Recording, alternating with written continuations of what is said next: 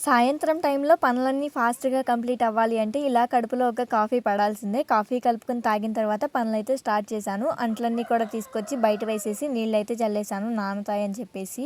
నా బుజ్జి కోడికి మేత అయితే పెడుతున్నాను. ఆకలి వేస్తుంది అని చెప్పేసి మేత తినైతే 3 రోజులవుతుంది. కోడి పందెం అయితే వేశారు. దానివల్ల అయితే 3 రోజుల నుండి మేత అయితే పెట్టడం లేదు. దానికి కత్తితో ఘాట్లు పడ్డాయి అని చెప్పేసి ఇంకా కోడికి మేత పెట్టిన తర్వాత పిల్లలిద్దరికీ కూడా తలకి కొబ్బరి నూనె పెట్టాను.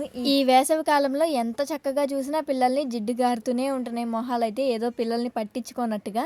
ఇంకా తర్వాత అయితే చూసారు కదా తోటలోకి వెళ్ళేసి బట్టలన్నీ కూడా ఆరిపోతే బట్టలు కూడా తీసుకొచ్చేసాను. కొత్తగా మల్లెపూలు అయితే పూస్తున్నాయి. సమ్మర్ మల్లెపూలు. ఇప్పుడు ఫస్ట్‌లో పూసే మల్లెపూలు అయితే స్మెల్ భలే ఉంటాయి కదా! మల్లెపూలు అయితే కోసుకొని పిన్నీస్‌తో పెట్టుకున్నాను.